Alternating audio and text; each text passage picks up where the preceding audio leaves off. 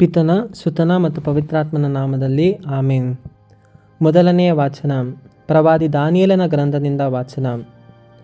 ಕೂಡಲೇ ಆಸ್ಥಾನಕ್ಕೆ ಬಂದು ರಾಜಾಜ್ಞೆಯ ಪ್ರಸ್ತಾಪವನ್ನೆತ್ತಿ, ರಾಜರೇ, ಯಾರೂ 30 ದಿನಗಳ ತನಕ ತಮಗೆ ಹೊರತು ಬೇರೆ ಯಾವ ದೇವರಿಗಾಗಲಿ ಮನುಷ್ಯನಿಗಾಗಲಿ ಪ್ರಾರ್ಥನೆ ಮಾಡಕೂಡದು.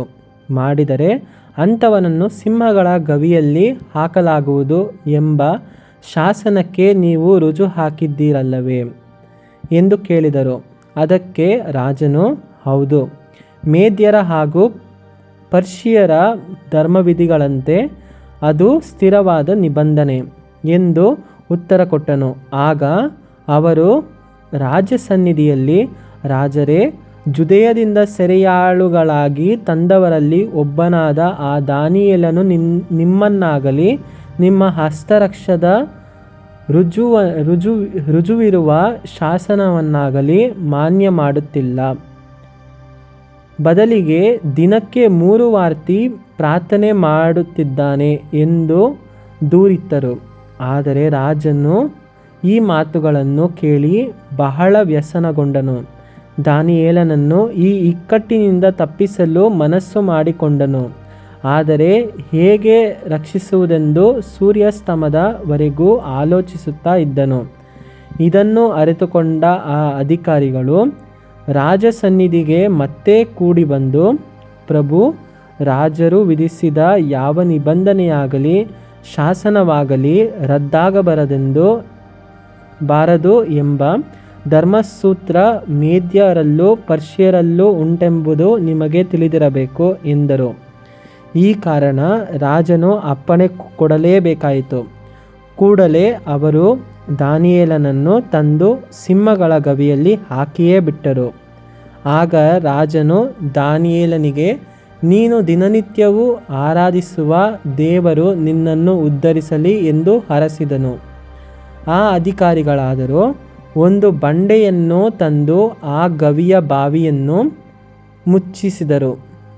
ದಾನಿಯೇಲನ ಈ ಗತಿಯನ್ನು ಯಾರೂ ಬದಲಾಯಿಸದಂತೆ ರಾಜನ ಮತ್ತು ಅವನ ಮುಖಂಡರ ಮುದ್ರೆಯನ್ನು ಅದಕ್ಕೆ ಒತ್ತಿ ಮೊಹರು ಮಾಡಲಾಯಿತು.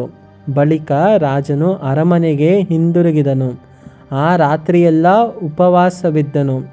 ವಾದ್ಯ ವಿನೋದವಾಳಿ ಯಾವುದನ್ನು ಹತ್ತಿರ ಬರಲು ಬಿಡಲಿಲ್ಲ. ನಿದ್ರೆ ಅವನ ಕಣ್ಣುಗಳಿಂದ ಮಾಯವಾಯಿತು.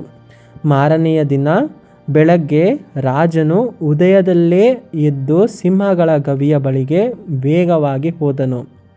ದಾನಿಯೇಲನಿದ್ದ ಗವಿಯ ಸಮೀಪಕ್ಕೆ ಬಂದು ದುಃಖಧ್ವನಿಯಿಂದ ದಾನಿಯೇಲನನ್ನು ಕೂಗಿ, ದಾನಿಯೇಲನೇ, ಜೀವಸ್ವರೂಪನಾದ ದೇವರ ದಾಸನೇ, ನೀನು ದಿನನಿತ್ಯವೂ ಆರಾಧಿಸುವ ನಿನ್ನ ದೇವರಿಗೆ ನಿನ್ನನ್ನು ಸಿಂಹಗಳಿಂದ ಉದ್ಧರಿಸಲು ಸಾಧ್ಯವಾಯಿತೋ ಎಂದು ಕೇಳಿದನು. ಆಗ ದಾನಿಯೇಲನು ರಾಜನಿಗೆ, ಅರಸರೇ, ಚಿರಂಜೀವಿಯಾಗಿರಿ. ನನ್ನ ದೇವರು ತಮ್ಮ ದೂತನನ್ನು ಕಳಿಸಿ ಸಿಂಹಗಳ ಬಾಯಿಯನ್ನು ಬಂಧಿಸಿದರು. ಅವುಗಳಿಂದ ನನಗೆ ಯಾವ ಹಾನಿಯೂ ಆಗಲಿಲ್ಲ, ಏಕೆಂದರೆ ಆ ದೇವರ ದೃಷ್ಟಿಯಲ್ಲಿ ನಾನು ನಿರ್ಮಲನು. ರಾಜರಾದ ತಮಗೂ ನಾನು ಯಾವ ದ್ರೋಹವನ್ನು ಮಾಡಲಿಲ್ಲ ಎಂದು ಹೇಳಿದನು. ರಾಜನು ಇದನ್ನು ಕೇಳಿ ಬಹಳ ಸಂತೋಷಪಟ್ಟನು. ದಾನಿಯೇಲನನ್ನು ಗವಿಯೊಳಗಿಂದ ಮೇಲಕ್ಕೆತ್ತಬೇಕೆಂದು ಅಪ್ಪಣೆ ಮಾಡಿದನು. ಅಂತೆಯೇ ಅವನನ್ನು ಮೇಲಕ್ಕೆತ್ತಲಾಯಿತು. ಆತನು ತನ್ನ ದೇವರಲ್ಲಿ ದೃಢವಾದ ವಿಶ್ವಾಸ ಬಿಟ್ಟ ಕಾರಣ ಅವನಿಗೆ ಯಾವ ಹಾನಿಯೂ ಆಗಿರಲಿಲ್ಲ. ಅನಂತರ ರಾಜನು ಆಜ್ಞಾಪಿಸಲು ದಾನಿಯೇಲನ ಮೇಲೆ ದೂರು ಹೊರಿಸಿದವರನ್ನು ಮಡದಿ ಮಕ್ಕಳ ಸಮೇತ ತಂದು ಸಿಂಹಗಳ ಗವಿಯಲ್ಲಿ ಹಾಕಿಯೇ ಬಿಟ್ಟರು. ಅವರು ಗವಿಯ ತಳ ಮುಟ್ಟುವುದರೊಳಗೆ ಸಿಂಹಗಳು ಅವರ ಮೇಲೆ ಹಾರಿ ಅವರ ಎಲುಬುಗಳನ್ನೆಲ್ಲ ಚೂರು ಚೂರು ಮಾಡಿದವು. ಇದಾದ ಮೇಲೆ ರಾಜ ದಾರ್ಯಾವೆಷನು ಜಗದಲ್ಲಿ ವಾಸಿಸುವ ಸಕಲ ದೇಶ, ಕುಲ, ಭಾಷೆಗಳವರಿಗೆ ಈ ಪ್ರಸಿದ್ಧ ಪತ್ರವನ್ನು ಬರೆಯಿಸಿದನು. ನಿಮಗೆ ಹೆಚ್ಚೆಚ್ಚು ಸುಖ ಶಾಂತಿ ಲಭಿಸಲಿ.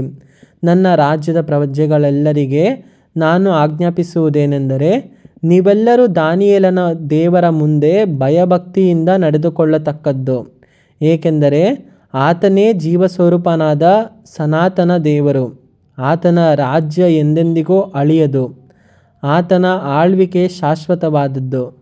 ಆತ ಉದ್ಧರಿಸುವಂಥವನು, ರಕ್ಷಿಸುವಂಥವನು, ಭೂಮ್ಯಾಕಾಶಗಳಲ್ಲಿ ಅದ್ಭುತ ಮಹತ್ವಗಳನ್ನು ನಡೆಸುವಂಥವನು. ಆತನೇ ದಾನಿಯೇಲನನ್ನು ಸಿಂಹಗಳ ಬಾಯಿಂದ ತಪ್ಪಿಸಿದವನು.